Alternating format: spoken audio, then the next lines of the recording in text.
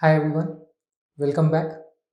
Pankaj from Sons of Technologies, and in this video we are going to discuss about what are variable arguments, also in short called as Var-Args.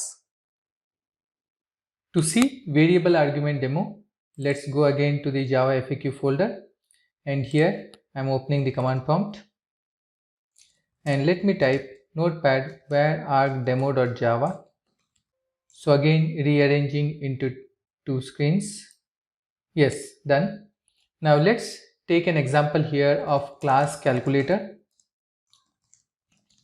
with public void add function, which takes int a and int b, two arguments. So here I'm taking this example to add two numbers. Also let me create the VarArg demo class. Yes, now I'm going to create an object of calculator c1 equal to new calculator. So here I'm creating an object of calculator and then going to invoke the add method by passing 10 and 20. So when these arguments are passed, here inside this add method I am going to keep the logic of printing the value of a plus b.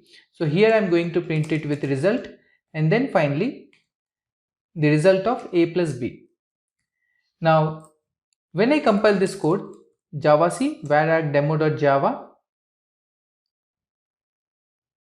compiled, and yes, when I execute it, I am getting the output of result 30, that is 10 plus 20 30. So yes, it's working fine. Let me take similarly here one more method call which is going to take 3 arguments.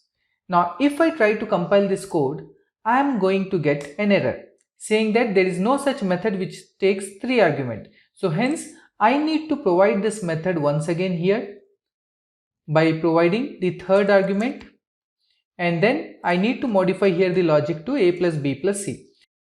Now yes, this code will compile and gives me the output 30 and 60.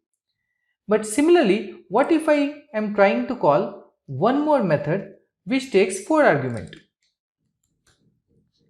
And then again if I try to compile, it will show me the error. So I need to provide now one more overloaded method here which will take 4 arguments. That is int d here, and then I have to put here plus d. And here when I compile, now it will compile fine and gives me the output 30, 60 and 100. But what if like this only I need to call multiple methods with different parameters. One could be of 5 parameters, one could be of, let's take 7, 8 parameters, or might be 10 parameters like this, or I might want to even call some method without any parameter, or might I want to call with only one parameter. So now in all these cases, I need to provide multiple overloaded methods which are going to do the same functionality. So for every number of parameters, I need to provide so many methods.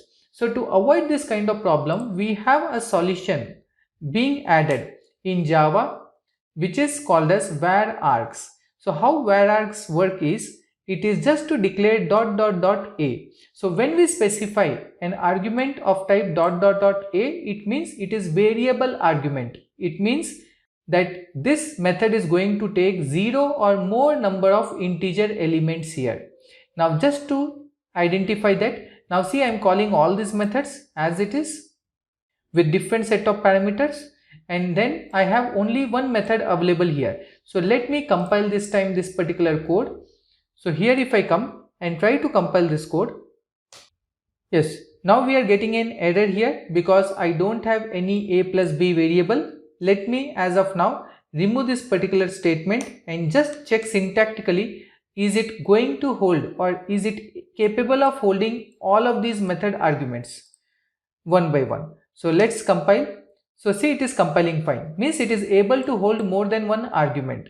But the problem is how to identify the values because it's with a single name. So again a point, var-arg are internally nothing but an array.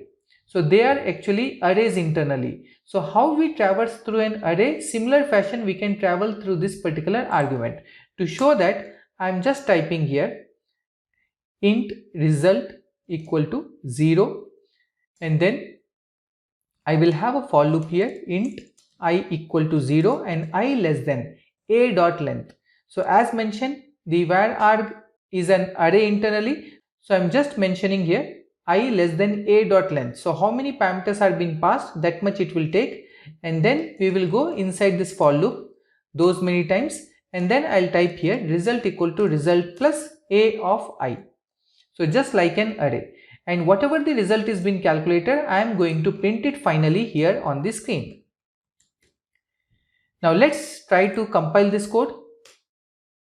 Yes, it is compiling, and finally when I try to execute this, see, I'm getting the output for all of these method call. So whereas first one I'm getting 30 because we are passing only 10 and 20, then the second one 10, 20, 30 which is 60, and then the third one which is 10 plus 20 plus 30 plus 40 which is 100, and likewise for all. And if I'm not passing any argument, it is taking the default 0 which is initialized to result in the beginning. So it will not get into the for loop and directly print the result value.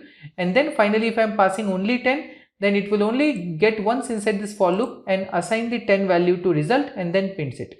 Means this is a concept of var_arg. So it can take any number of arguments, hence it is called as variable arguments, means number of varying arguments it can take. Now some more points about var_arg, that is we cannot have more than one var_args. So if I try to put here string ... s and try to compile this code, it will show me error. So see the error. This error is not because of it is string. Even if I take int ... b and then try to compile this code, then also I am going to get an error. So this is to show that we cannot have more than one var_arg inside a single method. So this is first point to be remembered, that we cannot have more than one var_arg as an argument in a single method. So only one of the variable can be declared as var_arg. Second thing, let me put it with a normal type x. Now this time I have only single var_arg and another one is a normal variable. So yes, we cannot have more than one var_arg, so which is fulfilled here. But this time also if I try to compile this code, I am going to get an error. So second point to remember is that we can have a single var_arg, but that should be the last argument. So another point to remember here is our var_arg should be the last argument. So if I put here int x comma int ... a, and then here, now this method cannot be called because it is expecting at least one argument. So here I will put comment for this statement, and now if I try to compile, so you can see it is compiling fine. So this shows that if you are providing a var_arg, it should be the last one. Once again I am showing you. So I am just deleting this statement from here and providing this time comma int x and then trying to compile. So see, again the error is coming.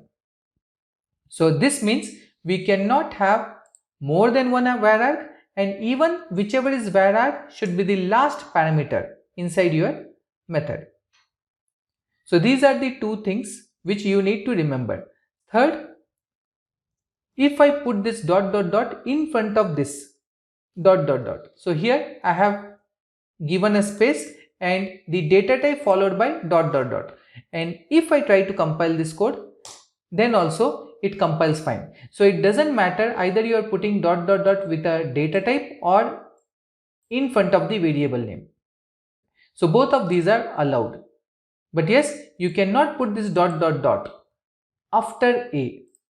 So if I try to put it after a here and then try to compile, so you can see it's a syntactical error. So in between the data type and the variable, you can specify this particular var_arg symbol which is 3 dots, and it has to be 3 dots only. If you find somewhere written 4 dots and then try to compile,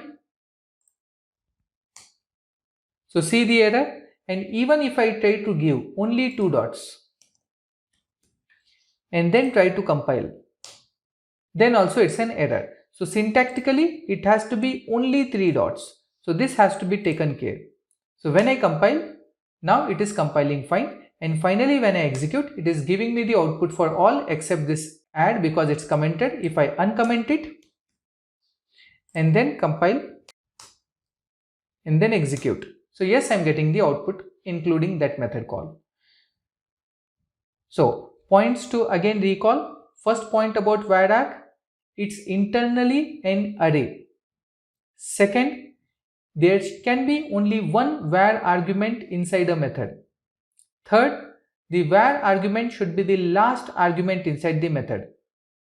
Fourth, the var argument is always specified with 3 dots followed by the data type and before the variable name. Hope all of these points are clear to you. Thank you for watching the video. Let's see you with next question. Thank you.